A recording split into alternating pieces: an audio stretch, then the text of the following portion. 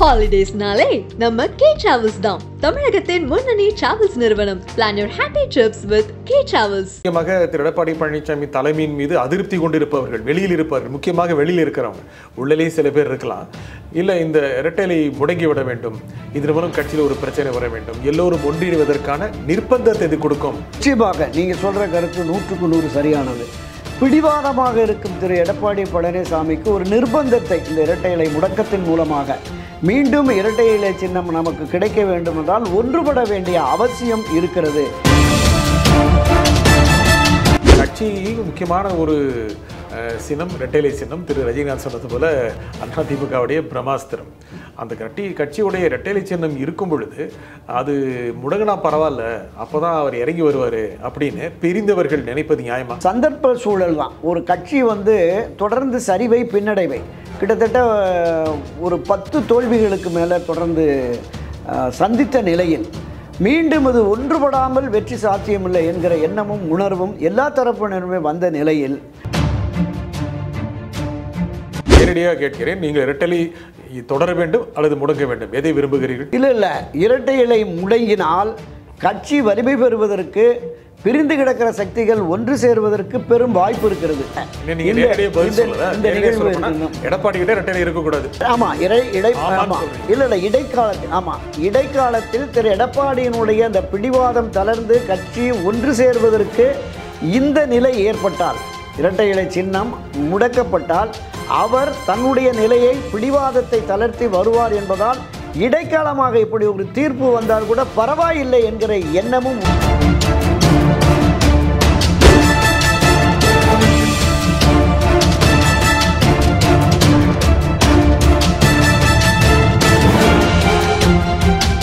வணக்கம் ஆகாயம் நண்பர்களே. இரட்டை இலைக்கு பிரச்சனை வருமா? எடப்பாடி எப்படி சமாளிப்பார்? இதை பற்றி பேசுவதற்காக பத்திரிகையாளர் திரு துரை கருணா இங்கு வந்திருக்கிறார். வணக்கம் திரு துரை கருணா. வணக்கம். இரட்டை இலைக்கு பிரச்சனை வர வாய்ப்பு இருக்கா? இல்லை, இதுவரைக்குமான அந்த நடைமுறை அணுகுமுறைகளை பார்க்கிற பொழுது புதிதாக எதுவும் பிரச்சனை வருவதற்கான வாய்ப்பு இல்லை என்கிற ஒரு பார்வை இன்றைக்கு அண்ணா திராவிட முன்னேற்ற கழகத்தை வழிநடத்துகிற திரு எடப்பாடி பழனிசாமி, அவரை சார்ந்தவர்கள், அவர் மத்தியிலே அந்த கருத்து நிலவுகிறது. பொதுவாகவே இந்த இரட்டை இலையை கோரி பல்வேறு வழக்குகள் நடைபெற்றிருக்கு. கேசி பழனிசாமி வழக்கு, திருமதி சசிகலா வழக்கு, திரு தினகரன் வழக்கு என்று பல்வேறு வழக்குகள் போன நிலையில் இந்த கடந்து நடைபெற்று முடிந்த தேர்தல் வரைக்குமே இரட்டை இலை சின்னத்தை திரு எடப்பாடி பழனிசாமி தலைமையிலான அந்த அணியினர் தான் பயன்படுத்தி வருகிறார்கள். தேர்தல் ஆணையத்தினுடைய அந்த இறுதி தீர்ப்பு முடிவில் என்ன சொல்லியிருந்தாங்கன்னா, இது தொடர்பான வழக்கு நிலுவையில் இருக்க அனைத்து வழக்குகளும் முடிந்ததுக்கு பிறகு அந்த இறுதி தீர்ப்பு அதற்கு உட்பட்டது தான் எலெக்ஷன் கமிஷனுடைய முடிவு அப்படின்னு சொல்லியிருந்தாங்க. உதாரணத்துக்கு சிட்டி சிவில் கோர்ட்டில் யார் அதிமுக, யார் அதிமுக பொதுச் செயலாளர் என்கிற மாதிரியான வழக்குகள்லாம் இருக்குது. இந்த வாதாக்கள், தாவாக்கள் என்பது எல்லா தரப்பிலுமே, திரு ஓபிஎஸ் தரப்பிலையும் சரி, அமமுக தரப்பில் எல்லோரு தரப்பிலுமே இருக்கிறது. ஆனால் தேர்தல் ஆணையத்தை பொறுத்தளவில் அவங்க கடந்த பொதுக்குழு அடிப்படையில் இருக்கிற அந்த எண்ணிக்கையின் அடிப்படையிலையும், நாடாளுமன்ற சட்டமன்ற உறுப்பினர்கள் மற்றவர்கள் அடிப்படையில், இவங்க கொடுத்த ஆதாரத்தின் அடிப்படையில் ஒரு தீர்ப்பை வழங்கிட்டாங்க. இப்போ இதை நீதிமன்றம் இன்றைக்கு அந்த தனிநபர் தொடுத்த, தேர்தல் ஆணையம் அந்த தனிநபர் தொடுத்த அந்த வழக்கின் அடிப்படையில் அடுத்த மாதம் டிசம்பர் மாதம் 2ஆம் தேதி நாங்கள் முடிவு அறிவிக்கிறோம் என்று தெரிவித்திருக்கிறார்கள். டிசம்பர் 2ஆம் தேதி என்ன முடிவு வரும் என்பதில் அதுதான் இப்போ ஒரு மிகப்பெரிய பேசுபொருளாக இருக்கிறது. பல்வேறு விதமான போராட்டங்கள், பல்வேறு விதமான வழக்குகள், இது எல்லாமே நீட்சியாக தொடர்ந்து நடைபெற்று வருவதால் இந்த டிஸ்பியூட் இருக்குது. அதனால் இப்போதைக்கு இதை நாங்கள் நிறுத்தி வைக்கிறோம், இரட்டை இலையை முடக்குதல் அப்படிங்கிற மாதிரி. ஸோ அப்படிப்பட்ட ஒரு நிலை வருமோ அப்படிங்கிற மாதிரி வழக்கு தொடுத்தவர்கள் மத்தியிலிருந்து ஒரு எதிர்பார்ப்பு இருக்கிறது. ஒருவேளை எதிர்பார்ப்பு இருக்கிறது, எதிர்பார்ப்பும் இருக்கிறது, விருப்பமும் இருக்கிறது. விருப்பம் என்பது தொடர்ந்து அண்ணா திராவிட முன்னேற்ற கழகம் ஒரு தோல்வி பாதையிலேயே போயிட்டுருக்கு. இரட்டை இலை சின்னம் இருந்தும் இந்த நிலைப்பாடு இருக்கிறது. இதிலிருந்து ஒரு மாறுதல் வர வேண்டும் என்றால் ஒருங்கிணைய வேண்டும், ஒன்றிணைய வேண்டும் அப்படின்னு. அந்த ஒருங்கிணைந்த அதிமுக தான் இரட்டை சின்னத்தோடு பெருமளவு வெற்றி பெற முடியும் அப்படிங்கிற கருத்தாக்கம் என்பது எல்லோர் மத்தியிலுமே திரு எடப்பாடி பழனிசாமி தலைமையிலே பயணிக்கிற மூத்த முன்னோடிகளிலிருந்து கீழே இருக்கிற அடிப்படை உறுப்பினர்கள் வரைக்கும் ஒன்றுபட்ட அதிமுக தான் திராவிட முன்னேற்றக் கழகத்தை தேர்தல் களத்தில் வென்று காட்ட முடியும் அப்படிங்கிற அந்த கருத்தாக்கம் உருவாகிடுச்சு. எனவே தான் அந்த எதிர்பார்ப்பு என்பது நிச்சயமாக ஒருவேளை முடக்கப்பட்டு ஒன்றுபட்ட அதிமுக அவசியம் என 1988-89 காலகட்டங்களில் அந்த நிலை மாதிரி மீண்டும் ஒரு ஒருங்கிணைப்பு வந்து அதற்கு ஒன்றுபட்ட அதிமுகவுக்கு இரட்டை இலை கிடைக்கிற பொழுது ஒரு வெற்றியை 2026 பெறலாம் என்கிற அடிப்படையில் இவங்களுடைய எதிர்பார்ப்பு இருக்கிறது. நீங்கள் எதிர்பார்ப்பு விருப்பமாக கேட்டபோது எதிர்பார்ப்பு விருப்பம் அப்படின்னீங்க. முக்கியமாக திரு எடப்பாடி பழனிசாமி தலைமையின் மீது அதிருப்தி கொண்டிருப்பவர்கள் வெளியில் இருப்பார்கள், முக்கியமாக வெளியில் இருக்கிறவங்க, உள்ளே சில பேர் இருக்கலாம், இல்லை இந்த இரட்டை இலை முடங்கிவிட வேண்டும், இதன் மூலம் கட்சியில் ஒரு பிரச்சனை வர வேண்டும், எல்லோரும் ஒன்றிணைவதற்கான நிர்பந்தத்தை இது கொடுக்கும் அப்படின்னு விரும்ப வாய்ப்பு இருக்கா? நிச்சயமாக நீங்கள் சொல்கிற கருத்து 100க்கு 100 சரியானது. பிடிவாதமாக இருக்கும் திரு எடப்பாடி பழனிசாமிக்கு ஒரு நிர்பந்தத்தை இந்த இரட்டை இலை முடக்கத்தின் மூலமாக மீண்டும் இரட்டை இலை சின்னம் நமக்கு கிடைக்க வேண்டும் என்றால் ஒன்றுபட வேண்டிய அவசியம் இருக்கிறது என்பதை உணர்ந்து அதற்கான முன்முயற்சி அவர் எடுத்து அதற்கு சம்மதிப்பார் அப்படிங்கிற அந்த பார்வை இந்த பக்கம் எதிர்நிலைப்பாட்டில் இருப்பவர்களுக்கு இருக்கிறது.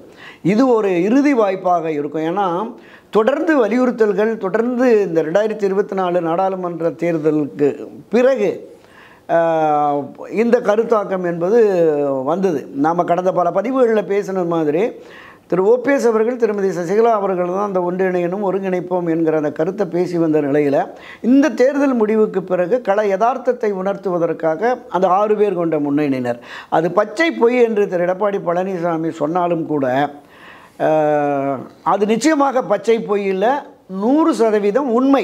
முக்கியமாக இது நான் பேசியிருக்கோம். முக்கியமாக கேட்குறது இப்போ அந்த எதிர்பார்ப்பாக விருப்பமானு கேட்டபோது கட்சி முக்கியமான ஒரு சின்னம் இரட்டைலை சின்னம் திரு ரஜினிகாந்த் சொன்னது போல அதிமுகவுடைய பிரம்மாஸ்திரம். அந்த கட்சியுடைய இரட்டைலை சின்னம் இருக்கும் பொழுது அது முடங்கினா பரவாயில்ல, அப்போ தான் அவர் இறங்கி வருவார் அப்படின்னு பிரிந்தவர்கள் நினைப்பது நியாயமா? இல்லை, அதான் சொல்கிறேன். ஒரு சந்தர்ப்ப சூழல் தான். ஒரு கட்சி வந்து தொடர்ந்து சரிவை பின்னடைவை கிட்டத்தட்ட ஒரு 10 தோல்விகளுக்கு மேலே தொடர்ந்து சந்தித்த நிலையில் மீண்டும் அது ஒன்றுபடாமல் வெற்றி சாத்தியமில்லை என்கிற எண்ணமும் உணர்வும் எல்லா தரப்பினருமே வந்த நிலையில் இது வந்து ஒரு அதாவது அந்த ரண சிகிச்சை, அறுவை சிகிச்சை மாதிரி, ஒரு புண்ணுக்கு புணுகு தடவுற வேலை வேண்டாம். அதனால் இதை வந்து ஒரு இறுதி முடிவு, சரியான முடிவாக, உறுதியான முடிவாக எடுக்க வேண்டுமென்றால் இவர் தன்னிடம் இரட்டையில் இருக்கிறது, தன்னிடம் கட்சி இருக்கிறது, எனவே நாம் நிச்சயம் வெற்றி பெற்று விடுவோம் என்கிற இருமாப்போடு இருக்கிறார். அந்த இருமாப்பிலிருந்து அவரை தளர்த்தி கட்சி ஒன்றுபட வேண்டும் என்கிற எண்ணமும் உணர்வும் திரு எடப்பாடி பழனிசாமிக்கும் ஏற்பட வேண்டுமென்றால் இப்படி ஒரு நிலை வந்தால் நிச்சயம் அது சரியாக இருக்கும் என்று கருதுவதால் இந்த எதிர்பார்ப்பையும் விருப்பத்தையும் அவர்கள் தரப்புல எதிர்கொண்டிருக்கிறார்கள். இது கட்சிக்கே உல வைக்கிறது இல்லை, அதுக்கு வாய்ப்பே இல்லை. நீங்கள் பரவாயில்லன்னு நினைக்கிறது. எத்தனை நாள் தங்களை வளர்த்த தங்களுடைய பின்புலத்தை பலப்படுத்திய ஒரு கட்சிக்கே உல வைக்கிறது தானே?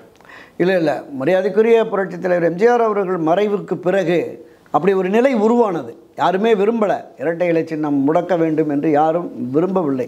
ஆனால் ஜே அணி ஜா அணி என்று பிரிந்து நின்ற பொழுது வேறு வழி இல்லாமல் சின்னம் முடக்கப்பட்டது. அப்படி முடக்கப்பட்ட சின்னத்தை ஜானகி கிட்ட எம்எல்ஏக்களும் எம்பிக்களும் அதிகமாக இருந்தார்கள். நிச்சயமாக அதில் எந்த மாற்று கருத்தும் இல்லை. மூத்த முன்னோடிகள் பலர் இருந்தாங்க, 90க்கும் மேற்பட்ட சட்டமன்ற உறுப்பினர்கள் இருந்தார்கள். அப்படி இருந்தாலும் கூட அவருக்கு சின்னம் கிடைக்கல. இந்த பக்கம் 30-31 எம்எல்ஏக்கள் தான் இருந்தாங்க. ஓரளவுக்கு தொண்டர்கள் அடிமட்டத்தில் இருக்கிற ஆதரவாளர்கள் கொஞ்சம் அதிகபட்சமாக இந்த புறம் இருந்தாங்க. தலைவர்கள் அதிகமாக ஆமாம், செல்வி ஜெயலலிதா பக்கம் இருந்தார்கள். மரியாதைக்குரிய ஜானகி அம்மையார் பக்கம் மூத்த முன்னோடிகள், தலைவர்கள், சட்டமன்ற உறுப்பினர்கள் இருந்தார்கள். அதனால் ஆனாலும் கூட இரண்டு புறமுமே இந்த சின்னத்திற்காக அவர்கள் கோரிக்கை விடுகிற பொழுது அது வேறு வழியின்றி தேர்தல் ஆணையம் முடக்கியது. அப்போ ஒன்றுபட்ட அதிமுக என்று வந்தால் மட்டுமே சின்னம் கிடைக்கும் என்பதை உணர்ந்து மரியாதைக்குரிய திருமதி VN ஜானகி அம்மையார் அந்த முயற்சி எடுத்தார். என்னை தலைவருடைய தொண்டர்களோ, கட்சியில் இருக்கிற தலைவருடைய ஆதரவாளர்களோ, நிர்வாகிகளோ அரசியல் ரீதியாக என்னை அவர்கள் ஒப்புக்கொள்ளவில்லை. எனவே நான் ஒரே ஒரு எம்எல்ஏ தான் அங்கே PH பாண்டியன் வெற்றி பெறுகிறார். இங்கே கிட்டத்தட்ட ஒரு 28 எம்எல்ஏக்கள் வெற்றி பெற்று பிரதான எதிர்க்கட்சி தலைவராகவே செல்வி ஜெயலலிதா வரக்கூடிய நிலை இருந்ததுனால அந்த நிலையிலிருந்து திரு ஜானகி அம்மையார் உலகே கட்சியினுடைய தலைவர் பொறுப்பை கூட நீங்கள் ஏற்றுங்கன்னு சொல்லி அவருடைய ஆதரவாளர்கள் வலியுறுத்தினாங்க. ஆனால் வேண்டாம், நான் முழுவதுமாக அரசியலிருந்து விலகுகிறேன். அவர் தலைமையில் செல்வி ஜெயலலிதா தலைமையில் கட்சியை ஒன்றுபட்டு நீங்கள் போனீங்கன்னா சின்னத்தையும் மீட்டெடுக்கலாம், வெற்றி வரும் என்று. அதனால தான் அதன் பிறகு நீங்கள் இந்த இந்திய தேர்தல் அரசியல் வரலாற்றிலே பார்த்தீங்கன்னா பிரிந்து கிடங்கிற 2 சக்திகள் ஒன்றிணைந்து மீண்டும் அந்த கட்சியினுடைய பிரதான சின்னமே கிடைத்தது என்பது இந்த அதிமுகவில் மட்டுமே இருந்தது. மற்ற கட்சிகள் அந்த மாதிரியான வரலாறு. இப்போ வந்து இரட்டைலை முடங்கட்டும், எடப்பாடி இறங்கி வரட்டும் அப்படின்னு நினைக்கிறது சுயநலம் தானே? இல்லை, கட்சியின் நலன் தான், பொது நலன் தான். கட்சி வெற்றி பெற வேண்டும். இரட்டைலை முடங்கடா பாரு நினைக்கிறது சுயநலமா பொதுநலம்? அது கட்சியினுடைய நலன் முக்கியங்கிறேன். நீங்கள் சுயநலத்தை தாண்டிய பொதுநலம் என்பது கட்சி திராவிட முன்னேற்ற கழகம் ஆட்சி அதிகாரத்தில் இருக்கிற போது மக்களுக்கான பிரச்சனைகளை அவங்க முன்னெடுத்து பண்ணுறதில்ல. தொடர்ந்து அது மக்கள் எதிர்ப்பு நிலையில் இருக்கிறது. இந்த திராவிட முன்னேற்ற கழகத்தை வீழ்த்த வேண்டும், ஆட்சி அதிகாரத்திற்கு அதிமுக வர வேண்டும், மக்களுக்கு நல்லது செய்ய வேண்டும் என்று நினைத்துத்தான் புரட்சித் தலைவர் எம்ஜிஆர் இந்த கட்சியை தொடங்கினார். தொடர் வெற்றிகளையும் பெற்றார். அந்த வெற்றிகளினுடைய நீட்சியாக செல்வி ஜெயலலிதா அவர்கள் வந்ததற்கு பிறகுமே தொடர் வெற்றி என்றால் கூட 91, 2001, 2011, 16 என்று ஒரு 4 முறை தொடர் வெற்றியை பெற்றிருக்கிறார்கள். அப்போ இப்படிப்பட்ட ஒரு பேர் இயக்கம் கடந்த சில ஆண்டுகளாக இது தொடர் தோல்வியையே தழுவி வருகிறது. ஆக வெற்றி முக்கியம் என்றால் இரட்டை இலை சின்னமும் முக்கியம். கட்சி ஒன்றுபட்டால் தான் அந்த வெற்றி சாத்தியம் என்பதால் ஒரு இடைக்காலமாக இந்த நிலைப்பாட்டை அவர்கள் எடுத்திருக்கிறார்கள், விரும்புகிறார்கள் என்றுதான் நான் பார்க்கிறேன். நீங்களும் அதிமுகவில் பல ஆண்டுகள் பயணித்திருக்கிறீர்கள். நிச்சயமாக கட்சி ஒன்றுபட வேண்டும் என்று விரும்புகிறீர்கள். நேரடியாக கேட்கிறேன், நீங்கள் இரட்டலை தொடர வேண்டும் அல்லது முடங்க வேண்டும், எதை விரும்புகிறீர்கள்? இல்லை, இரட்டை இலை முடங்கினால் கட்சி வலிமை பெறுவதற்கு பிரிந்து கிடக்கிற சக்திகள் ஒன்று சேருவதற்கு பெரும் வாய்ப்பு இருக்கிறது. ஒன்று சேரும் அண்ணா திராவிட முன்னேற்ற கழகத்திற்கு மீண்டும் இரட்டை இலை சின்னம் கிடைக்கின்ற பொழுது மகத்தான வெற்றியை தேர்தல் களத்தில் திமுகவை வீழ்த்துகிற வெற்றியை பெறுவதற்கு இது ஒரு இடைக்காலமாக எடப்பாடி கிட்ட இரட்டை இருக்கக்கூடாது. ஆமாம், இடைக்காலத்தில் இடைக்காலத்தில் திரு எடப்பாடியினுடைய அந்த பிடிவாதம் தளர்ந்து கட்சி ஒன்று சேர்வதற்கு இந்த நிலை ஏற்பட்டால், இரட்டை இலை சின்னம் முடக்கப்பட்டால் அவர் தன்னுடைய நிலையை பிடிவாதத்தை தளர்த்தி வருவார் என்பதால் இடைக்காலமாக இப்படி ஒரு தீர்ப்பு வந்தால் கூட பரவாயில்லை என்கிற எண்ணமும் உணர்வும் தொண்டர்கள் மத்தியிலையும் இந்த இருதரப்பு மத்தியிலுமே 3 தரப்பு மத்தியிலுமே இருக்கிறது. 3 தரப்புன்னா நீங்க சசிகலா, OPS, டிடிவி. ஆமா அவர்கள் தரப்பு நினைக்கலாம். அது ஆமா இருந்துட்டு நிச்சயமா இரட்டை போகட்டும் நினைக்கலாமா? நீங்களே அப்படி நினைக்கலாமா? இல்ல இரட்டை இலை சின்னம் போக வேண்டும் என்று கருதவில்லை. நான் அதை தான் சொல்றேன். மறுபடியும் நான் சொல்றது என்பது இவருடைய பிடிவாதத்தை தளர்த்துவதற்கு இப்படி ஒரு நிலை, கட்சியினுடைய சின்னம் முடக்கப்படுமே என்றால் வேறு வழி இல்லை. மீண்டும் நாம் அனைவரையும் ஒருங்கிணைந்து அந்த கோரிக்கைகளோடு போகிறபோதுதான் வலிமையான அதிமுக, எந்த பிரச்சனைகளும் இல்லை, எல்லா வழக்குகளும் வாபஸ் பெறப்பட்டு எல்லோரும் ஒன்றிணைந்து விட்டோம் என்று தேர்தல் ஆணையத்தை அணுகிற பொழுது ஒரு ஒன்றுபட்ட வலிமைமிக்க அதிமுகவுக்கு இரட்டை இலை கிடைத்தால் நாம் தொடக்கத்தில் சொன்னது மாதிரி தேர்தல் களத்தில் ஆட்சி அதிகாரத்தை பெறக்கூடிய வெற்றியை அண்ணா திராவிட முன்னேற்ற கழகம், ஒன்றுபட்ட அண்ணா திராவிட முன்னேற்ற கழகம் மீண்டும் இரட்டை இலையை பெற்று வெற்றி பெறுவதற்கான கூடுதல் வாய்ப்பு இருக்குது என்பதால் இப்போதைக்கு இவருக்கு ஒரு பாடம் புகட்டுவதற்காக திரு எடப்பாடி பழனிசாமியினுடைய பிடிவாதம் தளர்ந்து கட்சி ஒன்றுபடுவதற்காக ஒரு இடைக்கால தீர்ப்பாக, அது எந்த தீர்ப்பு வரப்போகுதுன்னு நமக்கு தெரியல. ஒருவேளை தேர்தல் ஆணையம் ஏற்கனவே அவங்களுக்கு நாங்கள் சின்னத்தை ஒதுக்கியிருக்கோம், தேர்தல்களில் போட்டியிருக்காங்க, கர்நாடகாவில் கூட நாங்கள் ரெட்டலைக்கு இவங்க தான் அத்தாரிட்டின்னு சொல்லி நாங்கள் பண்ணியிருக்கோம், இதுதான் தொடரும் என்கிற நிலையை தேர்தல் ஆணையம் எடுத்தாலும் கூட அதில் நமக்கு எந்த மாற்று கருத்தும் இல்லை. ஏமாற்றம் இல்லை. கட்சி ஒன்றிணைய வேண்டும், ஒருங்கிணைய வேண்டும், அதுதான் வலிமை சேர்க்கும் என்கிற கருத்தாக்கம் என்பது இப்போ எல்லா தரப்பிலையுமே இங்கே இருக்கிற திரு எடப்பாடி பழனிசாமி தலைமையிலான அண்ணா திராவிட முன்னேற்ற கழகத்திலும் இருக்குது. அதனால தான் பல இடங்களில் நீங்கள் கள ஆய்வுன்னு போன இடங்களில் கூட பல்வேறு விதமான கருத்தாக்கம் இருக்குது. அது அடிதடி மோதல் கைகலப்பு வரைக்கும் வருது. அப்படிங்கிறது இதனுடைய உள் அந்த அர்த்தம் என்னன்னா, வலிமை மிக்க கட்சியாக இப்போது இல்லை, எனவே வலிமைப்படுத்த வேண்டும் என்கிற அந்த தாக்கம் தான் இதனுடைய நீட்சியாக நான் பார்க்கிறேன். ஆனால் ஒருவேளை ரெட்டையிலை முடங்காது அப்படின்னு ஆச்சா ஏமாற்றமாக இருக்கும். அந்த விரும்பினங்களுக்கெல்லாம் ரொம்ப கஷ்டமாக இருக்கும், நம்ம நினச்சது நடக்கலையே அப்படின்னு. இல்லை, அதாவது ஆமாம், சசிகலா, ஓபிஎஸ், டிடிவிக்கு ஆமாம், இல்லை அவங்க ஏமாற்றம் என்பதை விடவும் கட்சி நலன் முக்கியம் என்று கருதுகிறவர்களுக்கு இது ஒரு நிச்சயமாக ஏதாவது ஒரு வகையில் நமக்கு இந்த ஒருங்கிணைப்பு, அந்த ஒன்றிணைப்பு சாத்தியம் என்று கருதுகிறவர்களுக்கு ஒரு பின்னடைவாக இருக்கலாம். இந்த நிகழ்வு என்பது இன்றைக்கு தேர்தல் ஆணையத்தினுடைய முடிவு என்ன என்பது தேர்தல் வழக்குகளை எல்லாம் காரணம் காட்டி அவர்கள் முடக்குவதற்கான வாய்ப்பு இருக்கிறதா அப்படிங்கிறது ஒரு பெரிய அளவில் எதிர்பார்ப்பாக இருக்கிறது. ஆனால் அப்படி இருக்க வாய்ப்பு இல்லை. ஏன்னா முக்கியமாக வழக்கு தொடுத்தவர் அதிமுகவின் உறுப்பினராக இல்லை, அவர் உறுப்பினர் அந்தஸ்து என்பது ஏற்கனவே காலாவதி ஆகிவிட்டது. ஆகையால் இதை நிராகரிக்க வாய்ப்பு இருக்குது அப்படிங்கிறதும் பெரும்பாலான வழக்கறிஞர்களுடைய எண்ணம். நிச்சயமாக இப்போ எடப்பாடி பழனிசாமி தலைமையிலே பயணிக்கிற அண்ணா திராவிட முன்னேற்ற கழகத்தின் அந்த கட்சியினுடைய வழக்கறிஞர் பிரிவை சார்ந்தவர்கள் இந்த கருத்தை சொல்கிறாங்க. இதனுடைய இந்த நீதிமன்றமே இந்த வழக்கை ஏற்கனவே தேர்தல் ஆணையம் ஒரு முடிவெடுத்து அறிவித்து விட்டது, இந்த வழக்கே தேவையில்லை என்று தள்ளுபடி செய்திருக்கலாம். ஆனால் இதை தேர்தல் ஆணையம் விசாரித்து முடிவெடுக்க வேண்டும் என்று சொல்லுகிற பொழுது அதிலேயே ஏதோ ஒரு நெருடல் இருக்கிறது அப்படிங்கிற மாதிரி தான் நம்ம பார்க்குறோம். ஸோ தேர்தல் ஆணையம் இப்போது என்ன முடிவை எடுக்கப் போகிறது அப்படிங்கிறது ஒரு $1 மில்லியன் கேள்வியாக தான் இருக்கிறது. 2 விதம் தான். ஒன்று, பல்வேறு வழக்குகள் இருக்குது, தொடர்ந்து இது பிரச்சனைகளுக்கு உள்ளதாக இருக்கிறது. எனவே இப்போதைக்கு நீங்கள் எல்லா வழக்குகளையும் முடிச்சுட்டு வாங்க அப்படின்னு சொல்லிவிட்டு இது ஃப்ரீஸ் பண்ணுறதுக்கு முடக்கிறதுக்கான ஒரு வாய்ப்பும் ஒரு பக்கம் ஒரு குறைந்தபட்சம் ஒரு 10-20% வச்சுக்கோமே.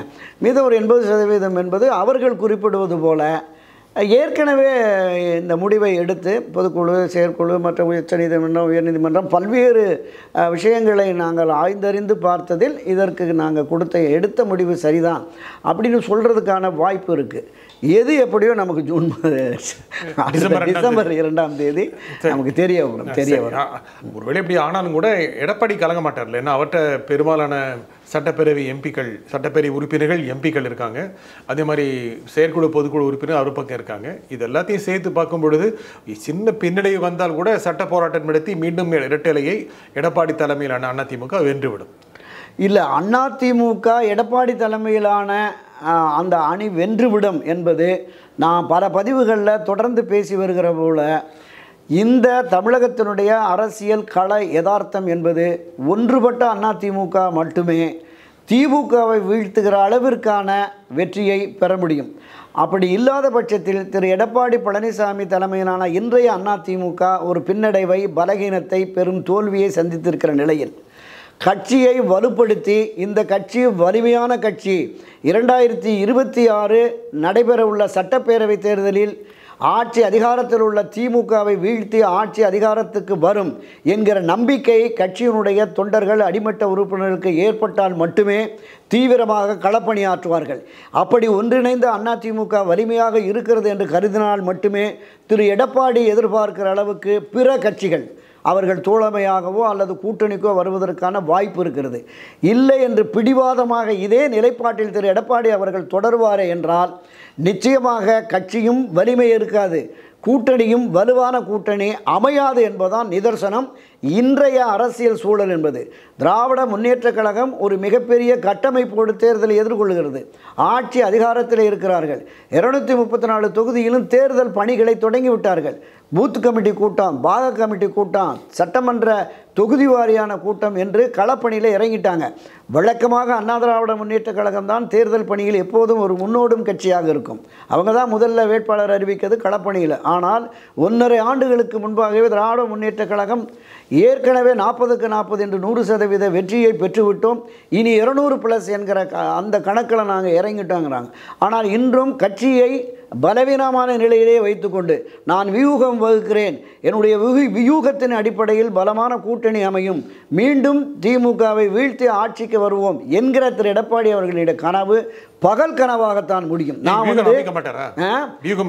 இல்லை வியூகம் என்பது நான் அவர் சொன்னார், மீண்டும் அதிமுகவை ஆட்சி கட்டிலில் அமர்த்துவதற்கு எந்த தியாகத்தையும் செய்ய தயார்னார்.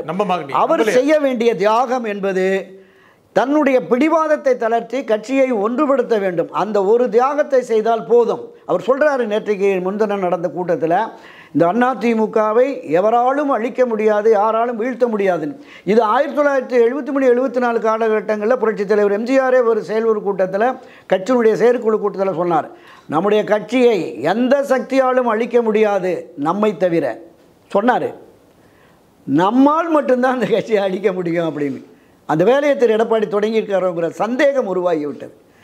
ஏன்னா பிற சக்திகள், வெளி சக்திகள் சார் ஆட்சி அதிகாரத்துக்கு வர வேண்டும், ஆட்சி அதிகாரத்துக்கு வர வேண்டுமென்றால் அதற்கான வலிமையான கட்டமைப்பை, கட்டுக்கோப்பாக கட்சியை போகணும். இன்றைக்கி ஊர்களெலாம் அடிதடி கலவரம், மூத்த அமைச்சர்கள், கட்சியினுடைய துணை பொதுச் செயலாளர், கட்சியினுடைய தலைமை நிலை செயலாளர், கட்சியினுடைய அமைப்பு செயலாளர்கள் கூட்டம் நடத்த முடியலைங்கிற நிலை எப்படி வந்தது?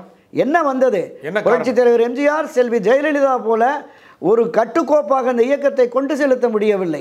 கட்டுப்பாட்டில் அவருடைய கட்சி இல்லை. இந்த கட்சி இல்லை என்பதை திரு எடப்பாடி மாற்று கருத்து இருக்கும் சொல்லக்கூடாது.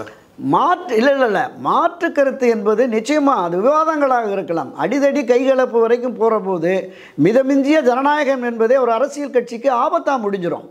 நம்ம பார்த்துருக்கோம் பல கட்டங்களில். இந்திய தேசிய காங்கிரஸ் கட்சி அப்பப்போ இந்த சண்டை, அடிதடி, சட்ட கிழிப்பு எல்லாம் நடந்து தான் கொஞ்சம் கொஞ்சமாக அது ஒரு பின்னடைவை, சரிவை சந்தித்தது. இப்போ ஏன் அதிமுக இந்த சண்டைகள்லாம்? அண்ணா திராவிட முன்னேற்ற கழகத்தில் ஏற்படுகிற அந்த சண்டை என்பது கட்சி வலிமையாக இல்லை, சரியான திசை வழியில் சரியான நிர்வாகிகளை வைத்து சரியான திசையில் நம்ம தேர்தல் பணி ஆற்றவில்லை, ஒரு பின்னடைவு, சரிவு இருக்கிறது. இதை சரிப்படுத்துவதற்கு கட்சிக்குள்ள ஒருத்தர் அடிச்சுக்குவோம், நான் நல்லா ஒற்றுமையாக இருப்போம் அப்படின்னு வேலுமணி சொன்னார்ல. இல்லைப்பா, அதே எஸ்பி வேலுமணி சொல்கிறார், நாம் இந்த தேர்தலை பொறுத்தளவில் ஒரு சரியாக ஒற்றுமையோடு இணைந்து தேர்தல் பணியாற்றவில்லைன்னா தோல்வி நிச்சயம் அப்படிங்கிற மாதிரி. திரு KP முனுசாமியும் அந்த கருத்தை சொல்கிறார், திரு தங்கமணியும் அந்த கருத்தை வெளிப்படுத்துகிறார், ஒற்றுமையோடு தான். இன்னொன்றும் சொல்கிறார், இது ஒரு மிகப்பெரிய சவால், நமக்கு வாழ்வா சாவா போராட்டம்னு திரு KP முனுசாமி அவர்கள் வெளிப்படையாகவே பேசுகிறார். அப்போ இந்த நிலை என்பது எல்லா மட்டத்திலுமே ஒரு அதிருப்தி நிலவுகிறது, ஒரு மனச்சோர்வு கட்சியில் மூத்தவர்களுக்கே இருக்கிற பொழுது இருக்குது. நீங்கள் கூட்டணி தொடர்பாக நான் பார்த்துக்கிறேன், நீங்கள் எதுவுமே அது தொடர்பாக பேசாதீங்கன்னு சொன்ன கட்சியினுடைய பொருளாளர், மூத்த முன்னாள் அமைச்சர் சொல்கிறாரு, எல்லாம் 20 சீட்டு 30 சீட்டு கொடுங்க, 50 கோடி 100 கோடி பணம் கொடுங்க அப்படின்னு சொல்கிறான். இது எவ்வளோ பெரிய பலகீனமான நிலையை அதிமுக கொண்டுருச்சு. நீங்கள் ஒன்றுபட்ட வலிமை மிக்க அதிமுக என்று வருகிற பொழுது தேடி வருவார்கள் கூட்டணி, 10 சீட்டு கொடுங்க, 20 சீட்டு கொடுங்க. ஆனால் இன்றைக்கு அதிமுக தேடி போய் பேசுகிற நிலைமை வந்துருச்சு. இந்த பலகீனத்தை தான் இது வெளிப்படுத்துகிறது. இப்போது கூட்டணிக்காக பிற கட்சிகள் வரணும் அப்படிங்கிற போது அந்த கட்சி அதிமுகவோடு பேசுகிற பொழுது பொதுவெளிகளில், ஊடகங்களில் எத்தனை கோடி பேரம் நடக்குது அப்படின்னு பேச்சு வந்ததுன்னா அந்த கட்சி எப்படி இருக்கும்? அந்த மாதிரி தான். இன்னொன்று, புதிதாக எந்த அளவுக்கு வாக்கு சதவீதம் இருக்குது, அவர்களுக்கு ஆதரவு நிலை என்று தெரியாத தமிழக வெற்றி கழகத்தோடு அவங்க 40 சீட்டு பேசினாங்க, இவங்க 80 கேட்குறாங்க அப்படிங்கிற மாதிரி இருந்தது. அதுதான் அது நான் கடந்த பதிவிலே சொன்னேன், ஒரு பிரச்சனை என்பது தாவேகா தமிழக வெற்றி கழகத்தின் சார்பிலும் இங்கே அண்ணா திராவிட முன்னேற்ற கழகத்தில் 2ஆம் கட்ட தலைவர்களும் இது தொடர்பாக பேச்சு நடந்தது என்பது பூர்வாங்க பேச்சு, ரகசியமாக நடந்தது என்பதையுமே தெரிஞ்சது. ஒரு அரசியல் ஒரு விஷயத்தை நம்ம அந்த கிராம பழமொழி தான், இல்லாமல் பிறக்காது அல்லாமல் குறையாதுங்கிற மாதிரி ஒரு லேசாக கசிகிற பொழுது தான் ஒரு பிரதான நாளிதழில் தலைப்புச் செய்தியாக போடுகிறது. வெறும் வதந்திகளை வச்சு அவங்க பண்ண மாட்டாங்க. ஆனாலும் கூட தமிழக வெற்றி கழகம் நாங்கள் அதிமுகவோட இல்லை அப்படின்ட்டாங்க. அதுவே அதிமுகவுடைய பலகீனத்தை வெளிப்படுத்துதில்லை. இந்த பலகீன நிலை சொல்கிறாங்க அல்ல, இந்த பலகீன நிலை மாற வேண்டும் என்றால் நிச்சயமாக கட்சி வலிமையான கட்சியாக ஒன்றுபட்ட அதிமுக உருவாக வேண்டும் என்பதுதான். ஒன்றா இருக்கு இருக்கிற ஒரு 3-4% நான் என்ன சொல்கிறேன், பல பதிவுகளில் நம்ம பேசியிருக்கிறோம். திராவிட முன்னேற்ற கழகம், அண்ணா திராவிட முன்னேற்ற கழகம் ஆட்சி அதிகாரத்திற்கு வருவதற்கு அதிகபட்சமாக ஒரு 3-3.5% தான் இருக்குது. இங்கே வெளியில் 4-5% நம்முடைய காலங்காலமாக இரட்டை இலைக்கு வாக்களித்தவர் கூட்டம் நிற்குதாங்க வெளியில். திரு OPS ஆதரவாளர்களாகவோ திருமதி சசிகலா ஆதரவாளர்களோ வெளியில் இருக்கிறாங்க. அது தென் மாவட்டங்களில் வெளிப்படையாக ஊடகங்கள் மற்றங்களில் தெரிஞ்சிருக்கு. ஸோ காலங்காலமாக நம்மிடம் இருந்தவர்களை நீங்கள் கொண்டு வர்றதுக்கு உங்களுக்கு என்ன பிரச்சனை? திரு எம்ஜிஆர் அவர்கள் ஒரு தொண்டனை கூட இழக்க மாட்டானார். தனக்கு எதிரான நிலைப்பாட்டில் இருந்த அனைவரையும் ஒன்று சேர்த்தார். தனக்கு எதிராக தன்னை மிக மலிவாக கேவலமாக விமர்சித்தவர்களை நாவல நெடுஞ்செழியன், பாவுசா, ராகவானந்தர், ராஜாராம், மாதவன் போன்றவர்களை கட்சியில் இணைத்து அவருக்கெல்லாம் கட்சியினுடைய பொதுச் செயலாளர் பொறுப்பே வழங்கினார். செல்வி ஜெயலலிதா அவர்கள் தனக்கு எதிராக மிக கடுமையாக விமர்சித்த காளிமுத்து, ராம வீரப்பன், வளர்மதி போன்றவர்களாம் இணைத்து அமைச்சர் பதவி கட்சியினுடைய முதன்மை பொறுப்பு துணை பொதுச் செயலாளர் வரைக்கும் கொடுத்தாங்க. தனக்கு எதிரான நிலைப்பாட்டில் இருந்த போட்டி அதிமுக, எம்ஜிஆர் அதிமுக, புரட்சித் தலைவர் அதிமுக என்று பிரிந்து சென்ற சக்திகளை எல்லாம் மீண்டும் ஒருங்கிணைத்து கட்சியை வெற்றி பாதையில் அழைத்து சென்றவர் செல்வி ஜெயலலிதா. புரட்சித் தலைவர் எம்ஜிஆர் செல்வி ஜெயலலிதா வழியில் திரு எடப்பாடியும் செய்யலாம்ல. விளக்கப்பட்டவர்கள் தான், அவர்களை சேர்க்க முடியாதுங்கிறார். விளக்கப்பட்டவர்கள் தான், செல்வி ஜெயலலிதாவால் விளக்கப்பட்டவர்களை தான் மீண்டும் இணைச்சு கொண்டு வந்தார். ஸோ அந்த அளவிற்கு கட்சியை வலிமைப்படுத்தி மிக ஆளுமை மிக்க, மக்கள் செல்வாக்கு மிக்க, தொண்டர்களுடைய ஏகோபித்த ஆதரவு மிக்க தலைவர்களுடைய அந்த வழியில் இந்த கட்சியை கொண்டு செலுத்த வேண்டும் என்பதுதான் அதிமுக தொண்டர்களுடைய விருப்பமாக இருக்கிறது. ஒரு தனி மனிதர், எடப்பாடி பழனிசாமி என்கிற தனி மனிதர் நான் தான் கட்சி, நான் எடுப்பது தான் முடிவு என்று போக முடியாது. ஒரு தலைமை வலிமையாக இருக்க வேண்டும். அந்த தலைமை வெற்றி பாதையில் போகணும்னா தளபதிகள் இருக்க வேணும். தளபதிகளை பூரா நீங்கள் துரத்திட்டு வந்த 6 பேரும் என்னை சந்தித்தது என்பது பச்சை பொய்ங்கிறார். ஒரு அரசியல் தலைவருக்கு இது பண்பா? அந்த 6 பேருடைய நிலை என்ன? இந்த 6 பேர் இன்னும் நாங்கள் எடப்பாடியை சந்திக்கலை, நாங்கள் இது தொடர்பாக பேசலைன்னு சொல்லலை. இன்று வரை மனப்புழுக்கத்தில் இருக்கிறாங்க. எந்த நம்பிக்கையின் அடிப்படையில் இவரோடு பயணிக்கிறது? 6 பேரும் என்னை சந்தித்தார்கள், இணைய வேண்டும் என்று வலியுறுத்தினார்கள், நான் ஏற்கவில்லை. சொல்லுங்களேன் உண்மையை, ஏன் பச்சை பொய்ன்னு சொல்கிறீங்கன்னு கேட்குறாங்க. இதையும் தாண்டி ஒரு அரசியல் பண்பு, அரசியல் தலைமை பண்பு வேணும்ல. ஒரு 3 பேர் முன்னாள் MP MLA ஒரு குழு வச்சுருக்காங்க, அவங்க வந்து சந்திப்பீங்களான்னு கேட்டால் எவனோ தெருவில் போகிறவன் வரவெல்லாம் வருவான், அவன்கிட்ட பேசணுங்கிறார். இந்த அணுகுமுறை என்பதே பொதுவெளிகளில் மக்கள் மத்தியில், கட்சியினர் மத்தியில் அவருக்கு ஒரு பெரிய பின்னடைவை, அவருடைய அந்த தோற்றம் என்பது அது வந்து ஒரு பெரிய அளவில் ஒரு அதிருப்தி நிலையை எல்லா மட்டத்திலும் ஏற்படுத்தியிருக்கு. அதிலிருந்து தன்னை மாற்றிக்கொண்டு பெரும்பாலான அதிமுகவுடன் சரி பொதுவெளியில் அது பரவலாக அந்த 24 தேர்தலுக்கு பிறகு பலகீனமாக இருக்குங்கிறது பொதுவெளிகளிலும் மக்கள் மத்தியிலும் கட்சியினர் மத்தியிலையும் உருவாகி ஒரு மனச்சோர்வு இருக்குது. அதிலிருந்து அதிமுகவினரை மீட்க வேண்டும், கட்சியை மீண்டும் வெற்றி பாதையில் அழைத்து செல்ல வேண்டும் என்றால் மரியாதைக்குரிய திரு எடப்பாடி பழனிசாமி அவர்கள் இந்த பொதுக்குழுவில் அது தொடர்பான முடிவை எடுக்க வேண்டும். எடுப்பாரா? பொறுத்திருந்து பார்க்கலாம். இந்த நிகழ்ச்சியிலும் கருத்தை குறிமிக திரு துரைக்கண்ணன், மிக்க நன்றி. நன்றி, வணக்கம். மீண்டும் ஒரு நிகழ்ச்சி சந்திப்போம். நன்றி, வணக்கம். ஹாலிடேஸ்னாலே நம்ம கே டிராவல்ஸ் தான். தமிழகத்தின் முன்னணி டிராவல்ஸ் நிறுவனம். Plan your happy trips with K Travels.